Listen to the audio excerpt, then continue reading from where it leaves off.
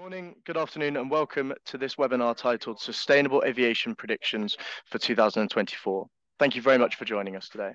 This year, Sustainable Aviation Futures will produce a series of webinars on the landscape for sustainable aviation, in addition to our global events. This discussion will look into forecasting the year ahead for sustainable aviation, with a particular focus on feedstocks, policies, and SAF production capabilities. Look out for our upcoming SAF newsletter and webinars throughout the year. In addition, this year we are hosting a series of regionally specific live events across the world to showcase the capabilities for scaling sustainable aviation, with today providing a snapshot to the topics covered. If you're interested in joining us at SAF MENA in Dubai from the 12th to the 14th of February, SAF Europe in Amsterdam from the 21st to the 23rd of May, SAF North America in Houston from the 2nd to the 4th of October, or our new event SAF APAC in Singapore from the 4th to the 6th of November, then please do register your interest at sustainableaviationfutures.com. Join the following companies and many, many more in our attendance at our events. Before I hand over to today's session, I just want to do a couple of bits of housekeeping. This session is being recorded and will be shared with you after the event, so do look out for that in your emails. Furthermore, there is a Q&A function in the chat box, so please do fire in your questions. As many as possible is fantastic. And today's moderator, Patrick Edmond, will do his best to ask our panelists at the end of the event. With that, I would like to hand over to today's moderator, Patrick. Thank you very much. Thank you very much, Harry, and it's a pleasure to be here today. We have several hundred participants from all over the world. You're very welcome. To those of you who have needed coffee to join us, I feel your pain, and we'll try and bring you a very interesting and informative hour of crystal ball gazing about the SAF market. As you'll have seen from the introduction, we're going to be talking about what 2024 holds for SAF, what the global landscape is, what's happening in terms of production ramp up, in terms of financing, and so on. My name is Patrick Edmond. I'm the founder and the managing director of Altair Advisory, which is an aviation sustainability and strategy consultancy. And I'm very, very happy to be joined by a fantastic panel today who bring a lot of expertise to this.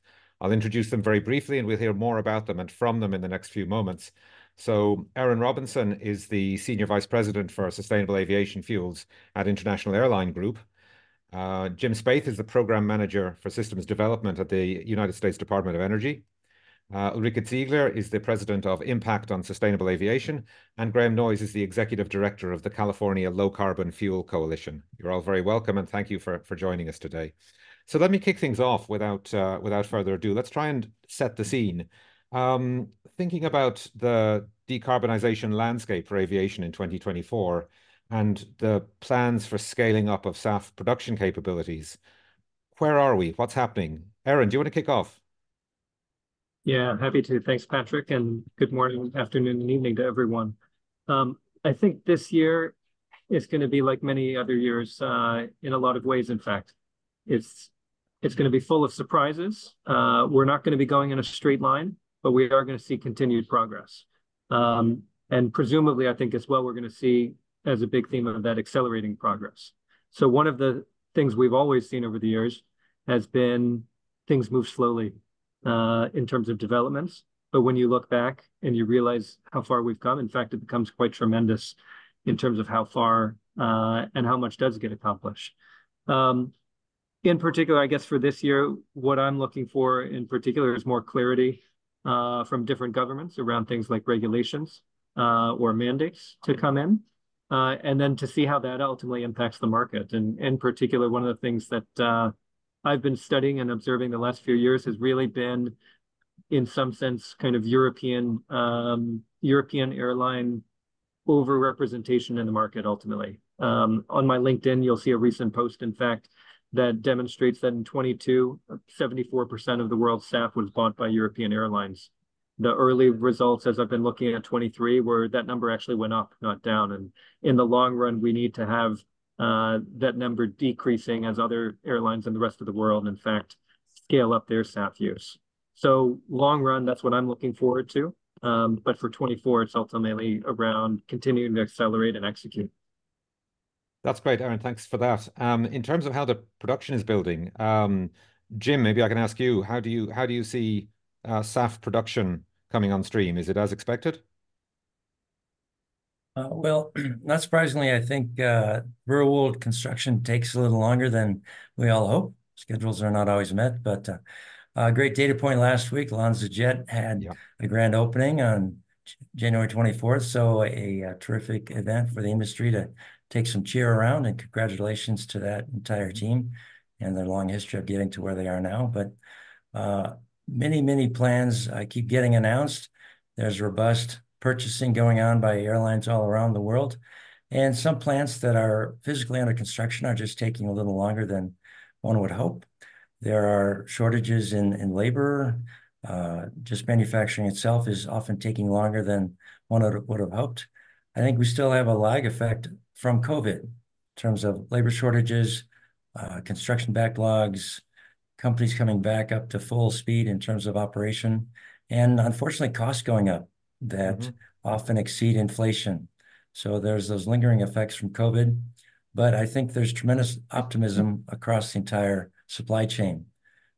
The U.S. government is boldly engaged, and we're looking forward to bringing out the GREET model on March 1st. So additional clarity will be coming from the U.S. government, and I'll pause there and let others add their comments. That's super. Thanks, Jim. I mean, I was just going to ask, you mentioned the supply chain issues. Is financing a gating factor here as well, or do you see any obstacles coming from that side?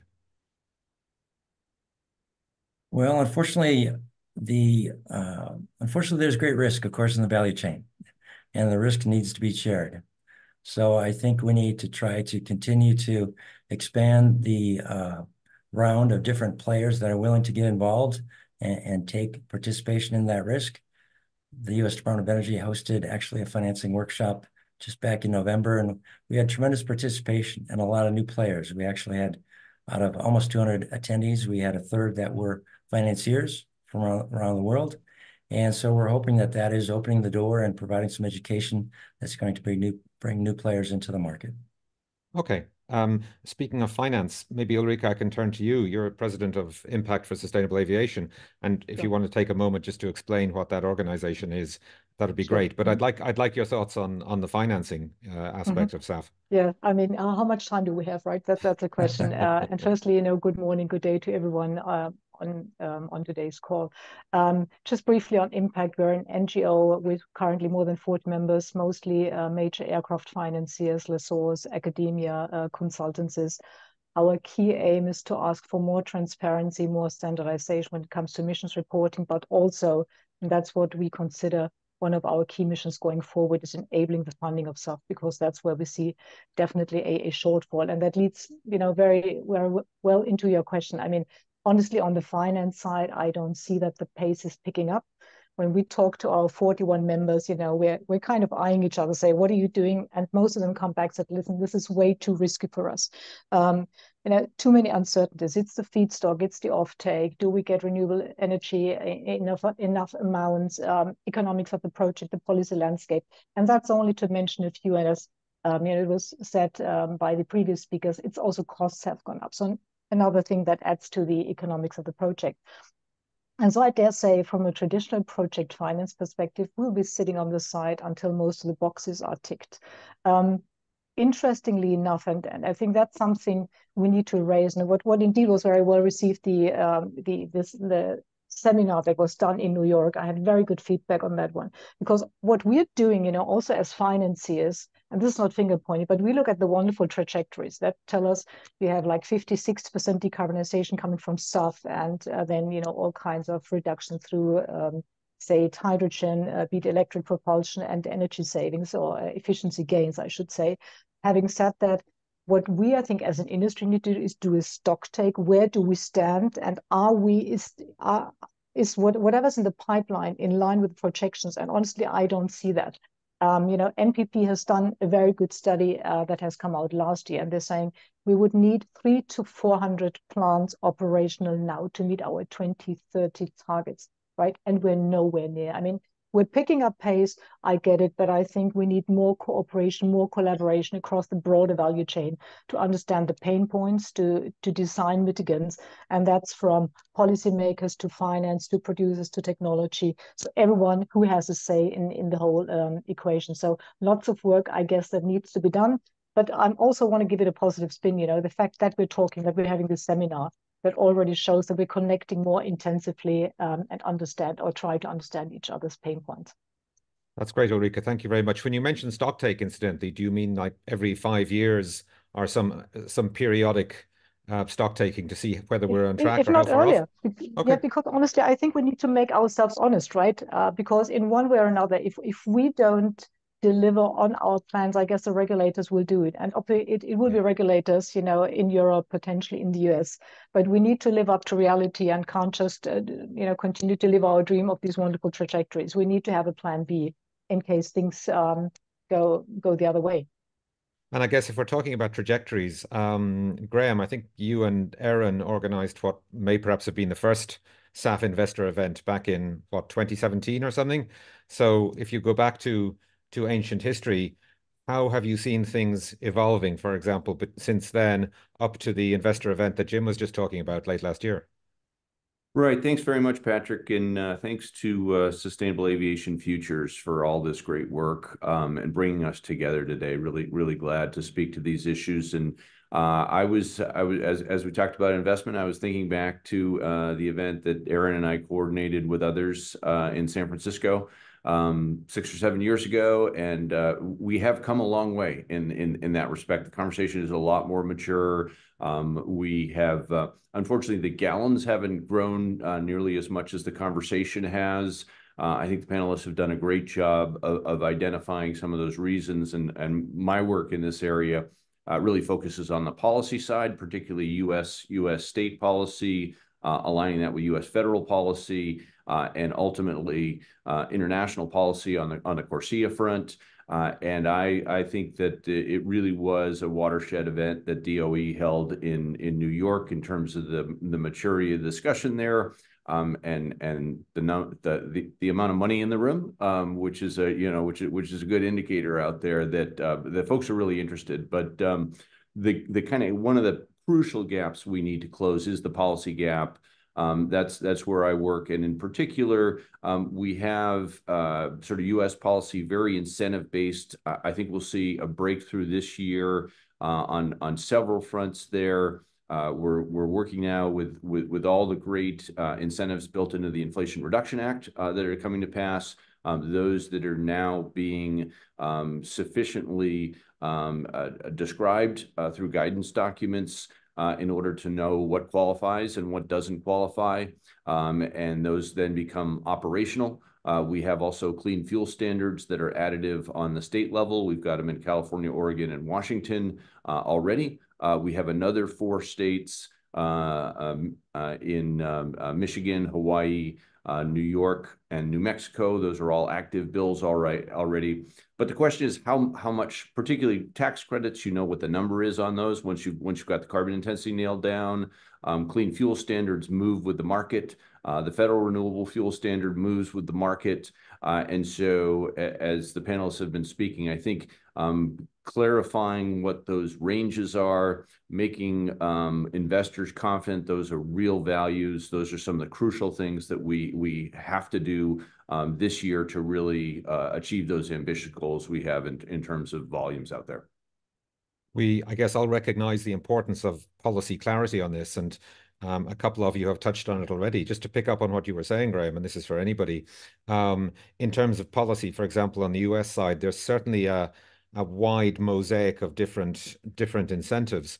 Is there enough confidence from the investor side that those are going to be durable enough in time, and that there's enough clarity? I take, for example, the forthcoming GREET definition. There's enough clarity over what will be acceptable and what won't. Anybody want to jump in on that? Yeah, maybe Patrick, if I could. Yeah, please, Aaron. A little bit. I mean, it's not just even in investors, it's even in airlines sometimes where there's policies announced by governments, but then there's still questions internally around, well, is this policy, whether it's an incentive or a mandate, is that going to last? And how strictly are we going to ultimately be adhering to them?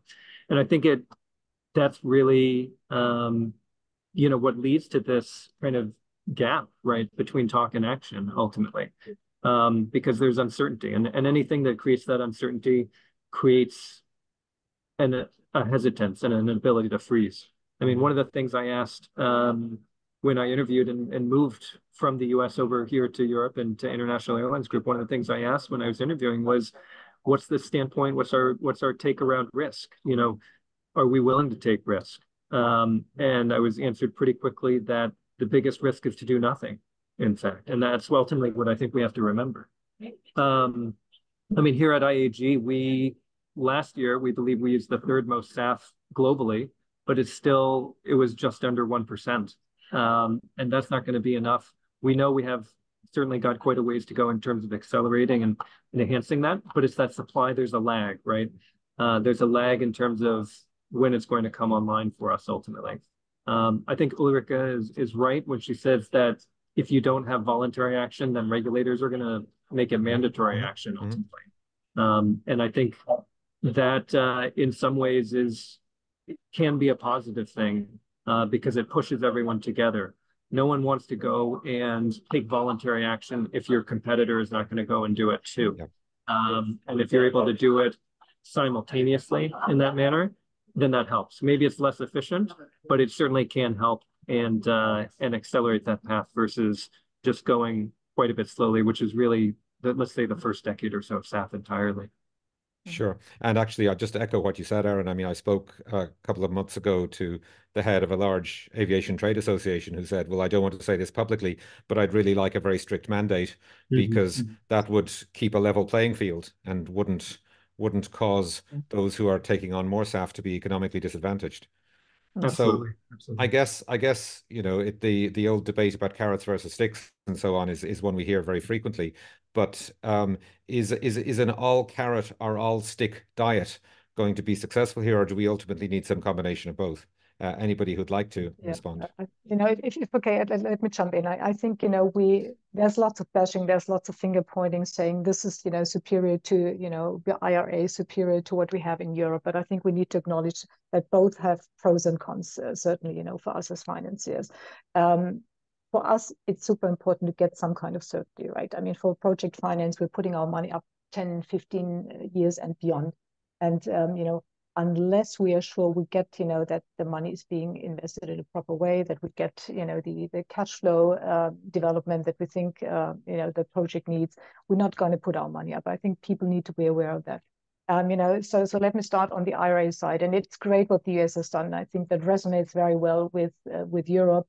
But you know, the questions that I keep getting asked, and you know, maybe Chi may have an answer to that, is so again, if we're putting our money out 10, 15, 20 years, right? I mean, how stable is the comfort we can derive from the IRA? What could happen, you know, if you have a change in administration, which I don't mean to get political here, but you know, it's likely that we'll see a change in administration, and that needs to be tackled. That certainty needs to be there. On the EU side, you could also argue mandates. Do we really need the mandates? I think it helps to speed up things. At the same time, I think lots of airlines have acknowledged we need to do, you know, we need to get SAF by putting pressure, obviously, on producers, you know, to produce the SAF. That does help. Ultimately, I guess we should actually work across the aisles. That means or across the continents. I mean, lately I was at a conference and I was talking to Senator Pacheco from Massachusetts, and he also said, listen, you know, both of us can be leaders in one thing, but we should never forget to actually reach out and across the continents and see what works best for you, what works best for us, what could work in both places. And I think also, you know, this is not just the US and European talk. This is the global talk, a global problem. And that interaction needs to evolve a lot more, I guess, to win people over.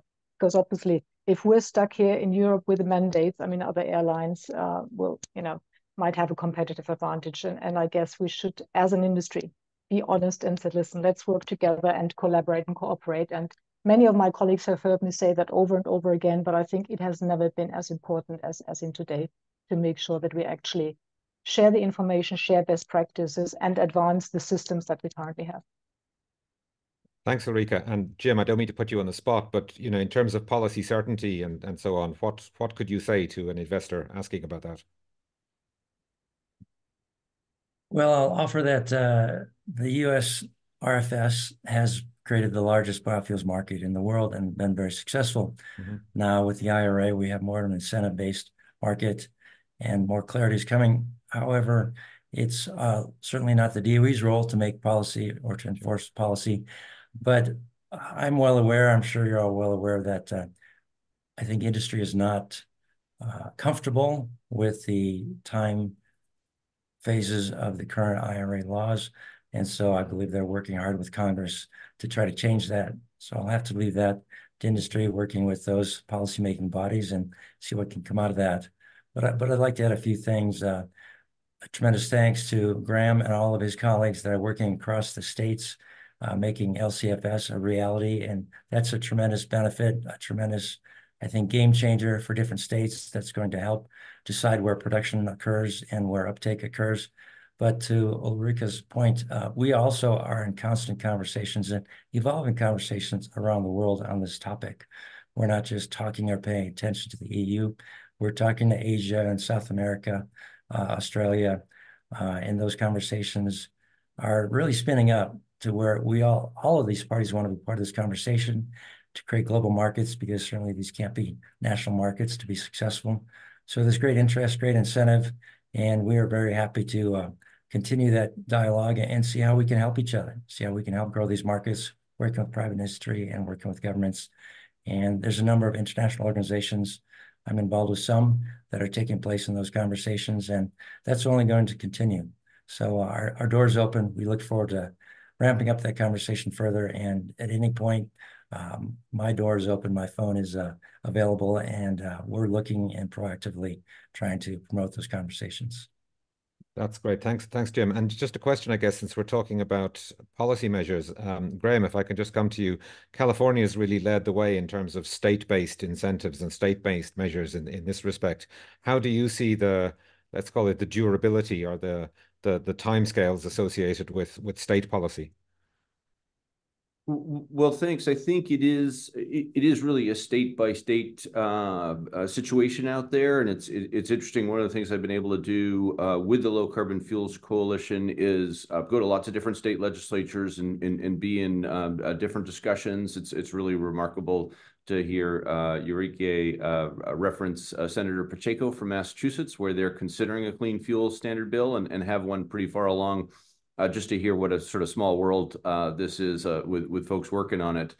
The California program is part of a really comprehensive global warming strategy that's been in place since 2006. Has a really well-designed overarching structure, has scoping plans at 5-year intervals, has lots of support across really the political spectrum, and California's been a great success story in terms of continuing to grow its economy, continuing to grow technology. And so I think in this state, we really do have the dedication to policy right now. The new executive director, actually, of the Low Carbon Fuels Coalition is Robin Veercruz, and we're working together with our membership to try and get CARB to be as aggressive as possible in carbon intensity reductions. Comment deadline is February 20th. Everybody ought to chime in and encourage more ambition from carbon intensity reductions out there. And then we see Oregon and Washington, as well as British Columbia and the Pacific Coast Collaborative, all have well-established greenhouse gas sort of structures and agendas and long-term goals. And those really do have durability to them. And then the great thing that we're talking about now is really expanding into other geographies, where we've got a New York bill active, a New Jersey bill likely. We've got the Illinois bill active, Michigan and Minnesota as likely bills here in 2024.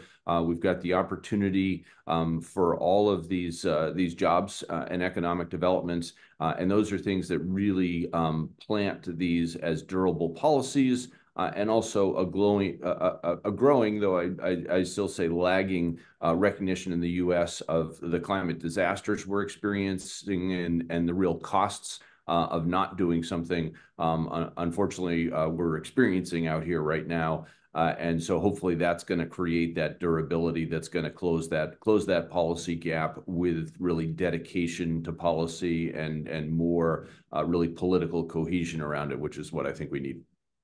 That's great, Graham. And Aaron, I'd meant to come back to you a few moments ago. Sorry about that. Yeah. But how do you see this policy landscape feeding into the investor's viewpoint, or indeed, how would you see that playing into future regulatory decisions? Yeah, I mean, I think there's a great deal to unpack there. I think it's really interesting, especially because Graham was mentioning kind of the plethora of incentives statewide and then certainly regionally as well. And I think it's fantastic in some ways, especially because we start to get states competing with each other, trying to outdo each other ultimately. I mean, I was part of getting the Illinois tax credit, for instance, passed. And one of the things I emphasized in my testimony to the legislature was it has to be a meaningful enough incentive to drive value. Otherwise, it's not going to ultimately really result in any change. That said, you know, the Illinois one, for instance, also has elements of unequal access. And I think some of them have that problem. So in Illinois in particular, at the time I was working at a US airline, and the bill, the tax credit effectively is only eligible for a US airline, in fact. And now at my new employer, I'm slightly regretting the way that it ended up because I can't take advantage of it myself. But, you know, I think, I think Graham mentioned as well kind of the cost of not acting, right? And there is, I think, a really high cost of saying, well, we're going to push this problem off until later. I mean, there's so many instances where, you know, an airline would, sure, we make decisions that are smart for today, but then they ultimately cost us in the long run. And we're starting to see that with climate. The Dutch government does a fantastic example where last year they were pushing hard to ultimately cap Schiphol airport movements, and KLM had put out a schedule, in fact, that had reduced hub connectivity. And, you know, if we want to be serious about our industry's future, it's not just about decarbonizing, it's about the financial side ultimately that it leads to and protecting that, in fact, ability. Because if we don't go and decarbonize, then we're not going to be able to, in fact, to keep flying as much as we'd like to ultimately. Can I add a sentence to that? Of course. I truly like your comment, Aaron, because also I think, you know, we as the finance industry need to live up to that as well. As I said, we're deploying our money, you know, for standard aircraft finance 10 to 12 years out, for lessors maybe 6 years. We're very good at analyzing risk, but, you know, I think what we're still doing is a bit of short-termism. We're looking at meeting our budget this year, next year, but not trying to understand what could happen to our financings, to investments, if we're talking about investor, if there was adverse regulation, right? And that's something we need to wake up to that challenge. And I speak to so many people who are still ignoring it, that no, not my problem, it's going to go away, and we only have the 2% footprint. That's just not the reality, you know, it's going to come our way. And we as Impact, we're in very intensive discussions with the European Commission to show them that finance is trying to live up to a certain standard and to certain requirements, and also being part of the solution, right? Because unless we have that conversation with the regulators, but across the, you know, broader supply chain and feedstock chain, we're not going to get anywhere. So that's again, thanks for your comment. It was very 100%. I'm absolutely with you, and I think as well, it's that lack of creativity or foresight of what could be in fact coming in the future that holds all of us back ultimately. And I mean, Ulrika, to your earlier point around kind of which sort of structure is best, and Patrick, I think you said kind of all of one diet or all of the another. I think there's also, we have to be careful with a balance there, right? If you take all one approach, that might be the right thing. If you take an all incentive approach, that might be the wrong approach, let's say for 2030, but it might be the right approach for a longer term scale up, or mandates. You know, hey, mandates in Europe may be taking all of the demand, all of the supply ultimately for the next several years. But does that then lead to, well, all of a sudden we get to a point where we've maxed out? So we have to be careful that one approach is not necessarily the answer, and there's different time horizons we have to be operating on too. Yeah, no, that's very true. And indeed, what both of you have just been talking about brings to mind for me Willie Walsh from IATA's recent comments, and others have said the same, that decarbonization is effectively what gives aviation the social license to expand. So there therefore becomes perhaps a concern that if the industry goes off course on decarbonization, then that social license, that permission to expand and to grow as planned, comes into question. And I guess that also impacts lessors and aircraft owners. Ulrika, is that a fair statement? That's a very fair statement. I'm not sure whether at least that's my observation. But I guess there's still some players who need to wake up to reality. We're talking to lessors, obviously. 50% of the global fleet is with lessors, right? So the key stakeholder feedback is still to some extent is, decarbonization is also driven by young fuel efficient aircraft, a young fuel efficient fleet. I get that point. We all acknowledge that. But then when we look at the growth projections of our industry, that we're doubling the fleet, right? I mean, by way, we're going to overcompensate the efficiency gains that we see through younger fleets. We need to react to that. And that's why I'm saying, all stakeholders need to understand where they can play a part. And I think for everyone will be crucial. Whoever's got money invested in equity or as a funder, be aware something is going to happen unless we can deliver a meaningful story that makes the regulators happy.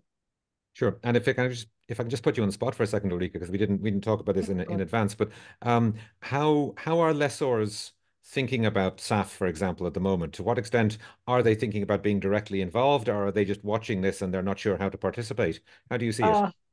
I dare say there's not kind of true involvement. I mean, everyone talks about SAF, and you've heard, I think some of the ALI lessors, if not ALI himself, have actually commissioned a couple of studies to look that's Aircraft Leasing Ireland, the exactly, Irish Lessors Association. For everyone exactly who's not an aviation nerd, that's Aircraft Leasing Ireland, representing the biggest lessors globally here in Dublin. But I think that's how far it goes. I guess some of the lessors who have investors that are in renewable energy, they're more open to discuss to what extent they can get involved, but I haven't seen anyone coming out with a major commitment. And I think it could also be a good sign for the broad industry if lessors were to step up. I mean, the idea that I really like, for example, is the United Airlines Ventures Fund, right? I mean, it's not billions of money that's going to be put up, but the industry shows that they're cooperating with other stakeholders, put money into R&D, potentially invest in SAF projects. And maybe that's something that lessors should also consider. But again, I can't put the word in their mouth. But I guess over time, the discussion will be had from our side as financiers. We need to see, how they're going to tackle their Scope 3 emissions just as well. Sure, absolutely. We've been talking a little bit about policy and regulation, and I'm sure we'll come back to that. But if we just dive into the weeds, as it were, a little bit, looking again into the crystal ball for 2024, I'd be interested to hear your views on what feedstocks are going to develop. Are we going to see new feedstocks emerging? Are we going to see a move away from the HEFA process? How do you see the technology evolving over the next year or two? Well, I'll jump in on that to start. Please, yes, absolutely. I think feedstocks it's a fabulous question, and it's really an area that we ought to focus on here in 2024. We really need to unlock the right feedstocks at scale. HEFA is absolutely not going away. It is proven, it is out there, and the technology is there on the on-road market. And very few people actually realize that in California now, a petroleum diesel, fossil diesel on-road is a minority market share participant, with biodiesel and renewable diesel providing more than 50% of the on-road transport fuel in California now. So that's success of RFS plus LCFS plus other policies out there. But that's been focused such that the RD was the more favorable product over SAF. And so that's what folks do from a commercial perspective.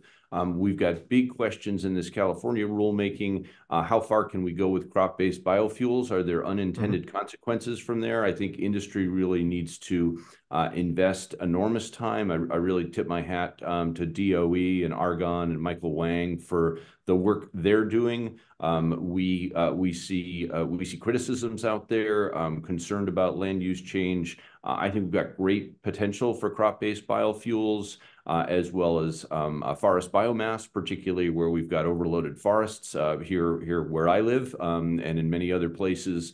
But also, again, unintended consequences. We've also got power to liquids, and we need to see more flexibility. This is a thing that I'm working on in the California rulemaking, is more book and claim flexibility around power sourcing to enable renewable power to be driving those power to liquids. So we're really improving on a greenhouse gas perspective. So there's a lot of technical work to be done. I really encourage the industry to get behind in that, invest that, and also work to harmonize across these different policy structures where there are these debates as to whether this or that feedstock at a particular scale. We can figure that out, but we need to really work hard to do that and work together to do that.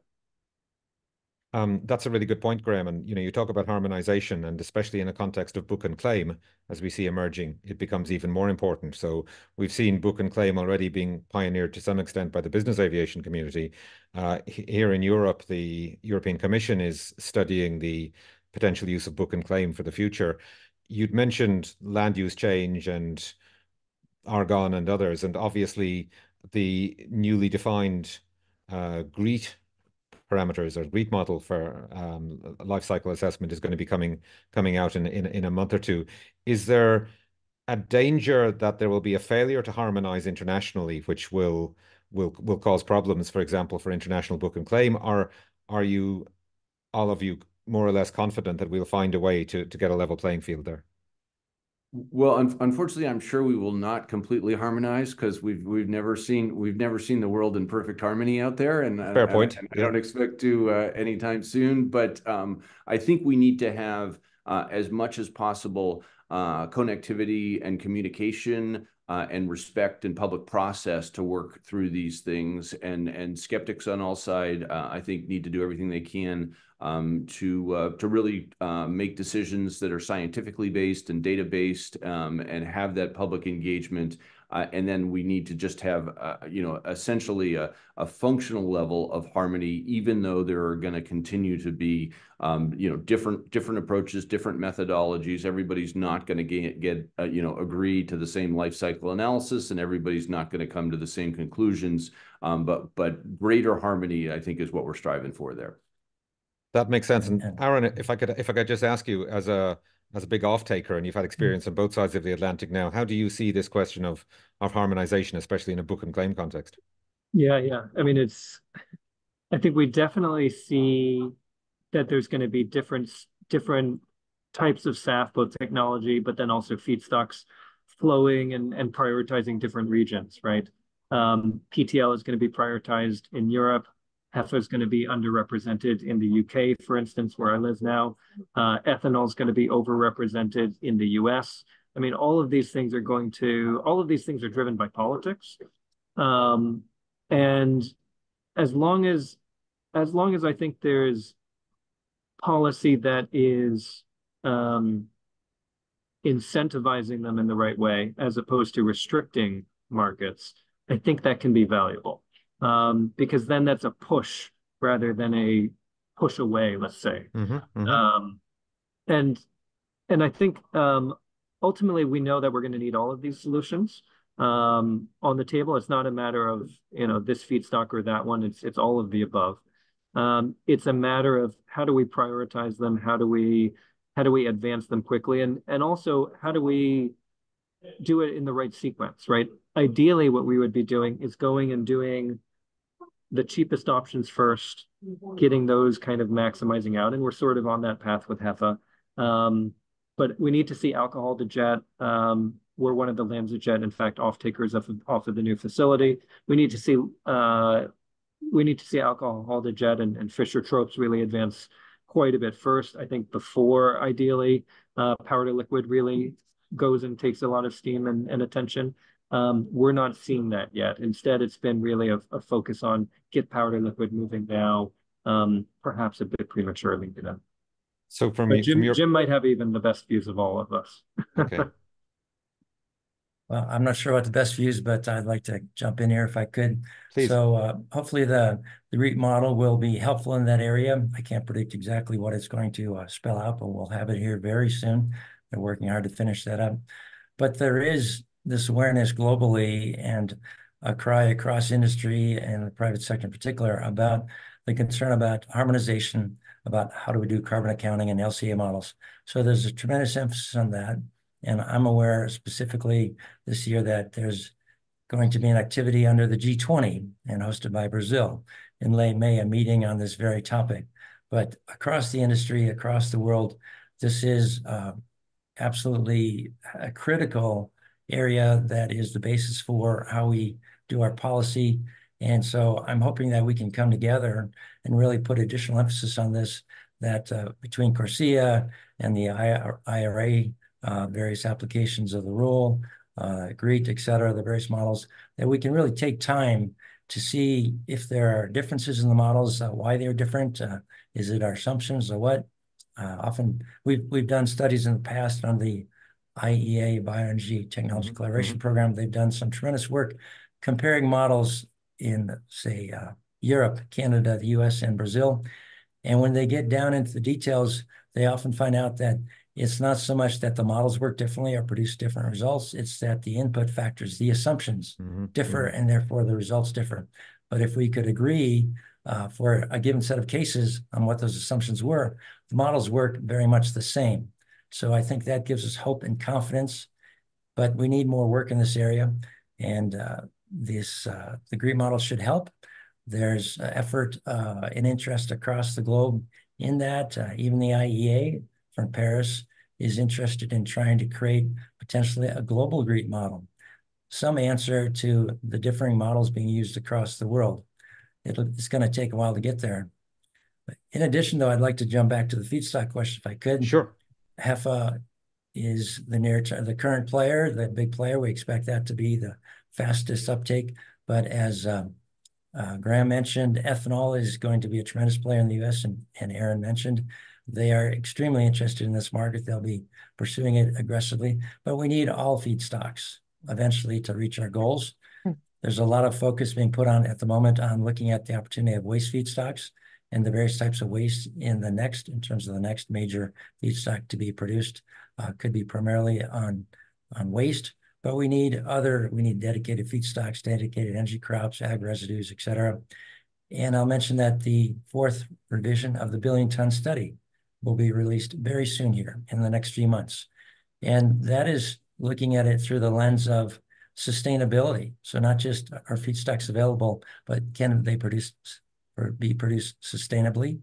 And the outcomes, the results of this study will also be looking at it through the lens of if feedstocks already have alternate uses, alternate markets, well, the competition aspect.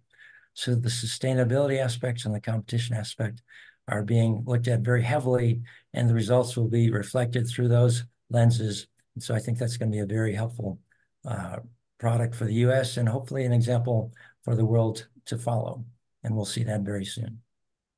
That's super useful. Please, Ulrika, yes. Yeah, if I may jump in, I think, one general concern for everyone out there, for us financiers is truly we need to get the feedstock question right. We don't have the room for any foul compromise that's coming our way. Whatever studies we do, whatever we call sustainable feedstock should, indeed be sustainable. I think that's very important for us because otherwise, we'll see reputational risk, and then banks, I don't have to tell you, will shy away. Said, listen, this is not an industry we want to deal with. I think on the question of technologies and production pathways that have been touched upon. I mean, obviously, I don't see at the moment any imminent change. I mean, HEFA has the highest TRL, the least risk, for financiers for us and most advanced.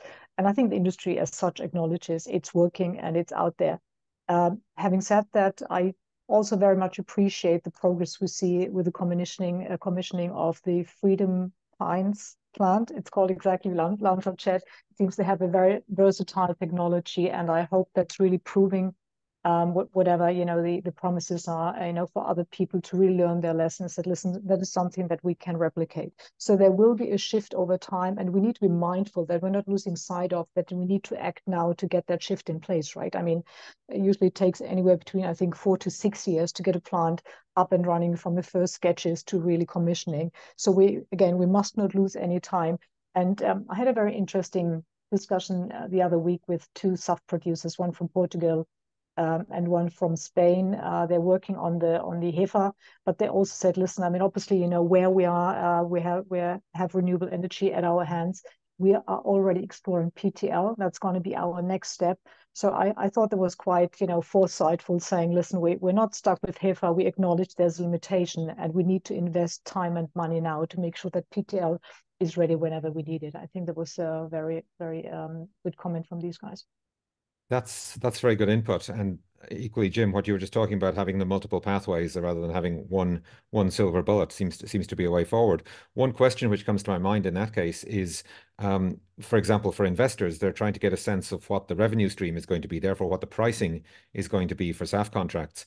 We've had a lot of very good questions coming in on the Q&A, and I'd encourage you to ask any other questions you may have, although I'm not sure we'll get to all of them. But one question which is relevant as we think about the economics of SAF projects is really having visibility over pricing. And I see that Scott Gillespie has been asking, how helpful would it be to have, for example, full transparency on the pricing of SAF contracts? Aaron, do you have any thoughts on that? Yeah, happy to go on this one. So I think it's an interesting idea, and maybe I'll start with a story on this. When I first started in aviation sustainability, I was at Northwest Airlines, and we knew we were a laggard in the space pretty quickly. We had 150 DC-9s that averaged 40 years old. And at the time, Continental Airlines had the youngest fleet of any network carrier in the US. And of course, they were competing on sustainability. They ended up, of course, becoming the core kind of my future airlines that I later worked at around that space. But what we said is, look, hey, we're a laggard. So our philosophy needs to be we don't want to compete on sustainability. We want to be collaborating, right? And I think it's kind of that same way around contracting to a degree, right? If you're a leader in the space, you absolutely don't want to share. You don't want to share anything. You want to be keeping that private because it's a source of advantage. If you're behind, share. We need to be sharing absolutely, right? And it's a problem of self-interest, right? It's a problem of self-interest versus collective good, ultimately. I mean, I think overall, there's actually a lot of positives to be going and sharing, right? You get to go and see the creativity, in fact, that is generated in some of these very unique and innovative agreements. I've been a party to some of them in the past. You can find best practices and see what's better around things like value sharing or risk reduction or how you handle contingencies. So I think there is value absolutely in going and sharing it. I think a lot of parties are not going to want to do that anytime soon, though. And in some sense, I think there's another good analogy here. If we go back and just look at aircraft design more broadly. So I mean, if in the 1960s, airliners had 2, 3, 4 engines. Are the engines on the tail? Are they under the wing? Do you have a high wing, a low wing? I mean, all sorts of configurations. If you look at fighter jets, same kind of thing, tons of different possible designs. But now you look at airliners, you look at fighters, they're all, for the most part, relatively indistinguishable. It's all the same configurations because over time we've figured out what are the right trade-offs, what are the right kind of optimized design pieces. And I think SAF contracts in some way are in that same kind of 1960s stage 2 right now, where we're going, everyone's got new ideas and they're trying different things. Some of them are going to work really well. And those are going to be the ones that ultimately shape what that future thing looks like and those future contracts look like. So we're going to converge over time on a pathway forward. Yeah, no question. That makes good sense. Yeah, and I guess another piece to that as well is people move around, right? I've moved around from a few airlines. We get people moving from producers to producers or from airline to producer or vice versa. That as well gets a lot of these ideas flowing indirectly, right? Even though you don't necessarily have transparency, but you still get that idea generation and spawning that results from that personnel movement. Sure. So we have a kind of Cambrian explosion of deal structures. Yeah. I mean, we've talked about the technology and the feedstock and the financing to some extent, and obviously a lot is going on in terms of technology development and evolution. Financing is always mentioned as a critical point, and there's lots and lots of talk about it. Are we seeing any real move to actual innovative financing structures, or are we still at the having lots of conferences to talk about it stage? Ulrika, what do you think? let's have conferences. No, I'm kidding. You know, first of all, I mean, I don't mean to disregard conferences. Again, this brings people together. People start talking. People start sharing information. Having said that, you know, I've seen so many talks and conversations about innovative financial instruments, blended finance, transformative business models, and whatever else. I personally have not seen anything that would get me to sign a deal. Again, this is about cooperation across, you know, the various stakeholders in the stakeholder chain to really understand the risk mitigants and how to address that, who's best suited to assume which risk. And at the moment, I dare say all of us are still stuck in our bubble. We're talking mostly to financiers. And oh, yes, you've got the problem, we've got the problem, but we should be sitting at the table with some key stakeholders, right? And I think one thing I would like to share, maybe that's out there in the subspace, I haven't come across that. I've lately participated in a webinar done by the Global Carbon Capture and Storage Institute that unites policymakers. It has global corporations, private companies, research bodies, NGOs, and they share their expertise and best practice to build capacity and provide support. Again, I haven't come across that in the subspace, but I think that could do us really good. You know, I've been privy to conversations where I say, oh, that's great how the UK is doing it. You know, haven't thought about that. I think that's the conversation that we need to have. And again, yes, meet at conferences. It's important that we connect, but at the same time, you know, sit down with the relevant stakeholders and just share your pain as a financier, as an investor, as a producer. That, you know, that's where I'm stuck. And we've talked as Impact to quite some admittedly smaller companies, but I guess smaller companies will probably bear quite some of the sub volumes that need to be produced.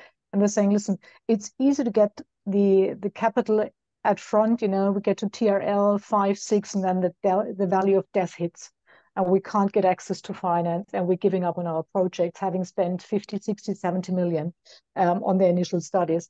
So again, more talk is needed and more concrete solutions. And maybe, and that's my very personal idea, shouldn't we think about designing very basic templates, right, for certain feedstock subject to where, not feedstocks, but pathways subject to where the production takes place, what kind of policy in place, that people literally have a bit of a lookup book. Okay, that's how it's worked there, how it's going to work there. These are the implications. A kind of capacity building so that not everybody has to invent things from scratch. Yes, exactly. Okay. No, because we don't have time, Patrick. We don't have time. You know, we need to have that money or the plants being commissioned actually today. Yeah. And Patrick, if I may. Yeah, please. Yeah. So just want to tag on this. I've been working in this biofuel space for almost 25 years now, and this aviation world is a really exciting one. It's the first time we've seen demand pull from the industry at nearly this scale. We've never seen an industry that is as accustomed and as skillful at innovation and technology and cooperation and has this international flavor. So I think I've very much enjoyed the SAF North America conferences. Looking forward to the SAF Europe conference this year. I think we are in a time when we need a lot of the discussion and education so that, you know, talking through people on the policy structures and what they can and cannot do is essential. The relationships are essential out there. And I think now we've got finally with these IRA decisions coming down, a lot more of the questions have been answered. They're not going to be precise. They're still going to be gray in a lot of places, but I think this is going to be a tremendous year for SAF in terms of progress. Maybe we won't see the scale and the volumes and as many deals as any of us would like to see, but I think for progress, it's going to be a great year out there. That's a very positive note, Graham. And I'm going to do a little round in a moment to ask you all what you see in the year ahead. We've had a lot of questions, and I'm afraid we're not going to get to very many of them. But just to pick up on your point, Graham, about how the aviation market is bringing this innovation. At the same time, as Aaron, you said, there's still a lot of diversity in terms of deal structures and so on. Is it still the case that investing in SAF might be seen as inferior or less mature as a possibility than investing in non-aviation related decarbonization? Do you think we're reaching a maturity point?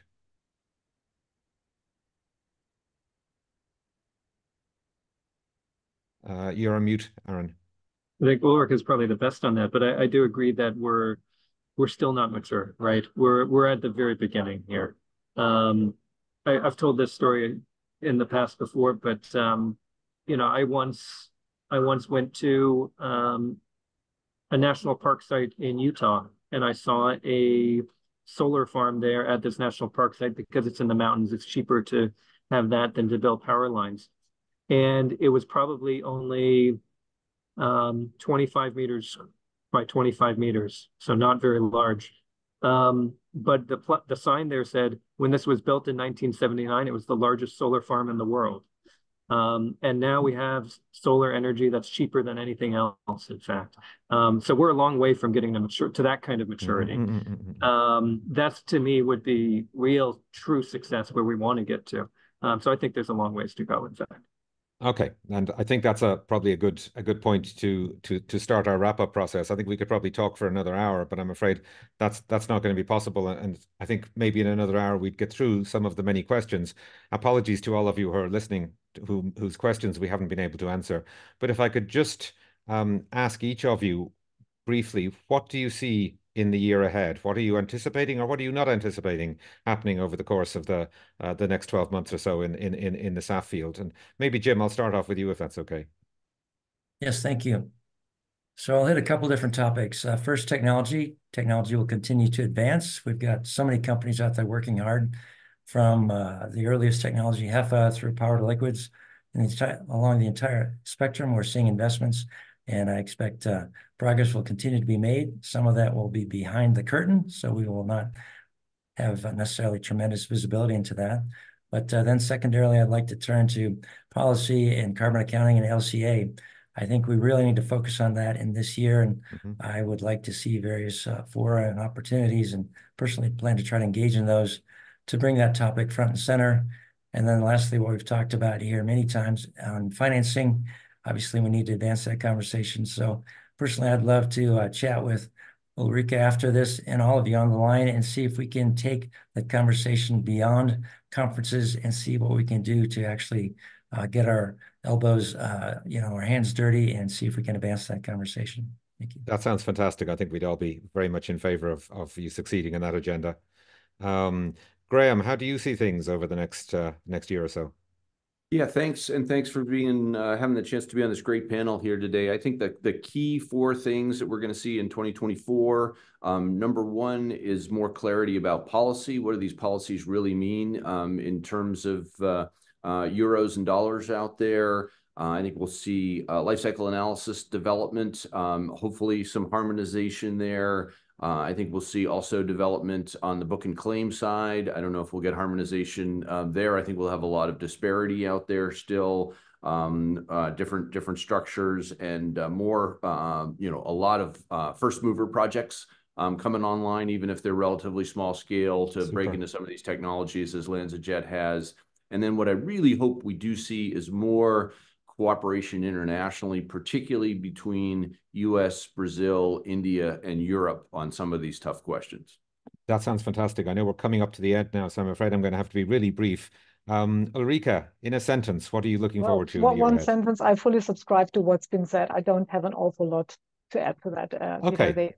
My dear panelists summed it up just wonderfully. We are just violently agreeing here. And Aaron, I give the last word to you. Sure. I'll say what I would like to see, which is for more companies, whether it's airlines or financiers or anyone really, to be looking at things more broadly and not just necessarily with the straight business case. Think about the what ifs and the what needs to be done, not just necessarily the straight numbers you can see right in front of you. That's fantastic. And from my side, personally, a huge thanks to all of you, the panelists. That's been a fantastic discussion. My thanks to all of you in the audience. I hope you found it useful. And Harry, I'll hand back over to you.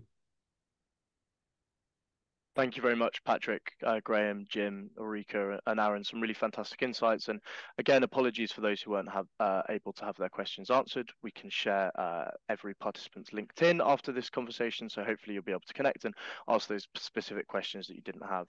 That concludes today's SAF 2024 Insights Forecast.